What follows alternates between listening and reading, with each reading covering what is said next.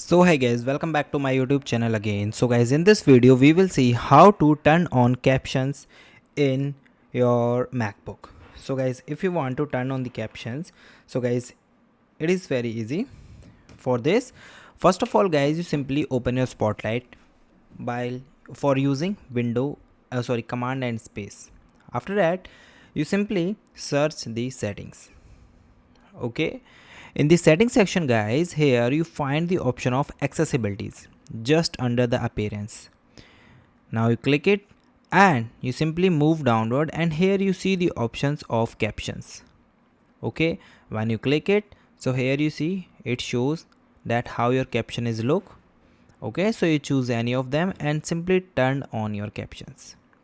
Okay, when available, subtitles for the deaf and the hard of hearing or closed caption will be used instead of standard subtitles. Okay, so this is the way that you can then even you increase the size of your like you can create your own subtitles, like change the color, size of your text, your font, your opacity, your color. Your here is the monospaced, like a lot of the things are shows here. So if you want to do something hard and something depth, so you also choose and create your own caption. So guys, thank you and have a nice day.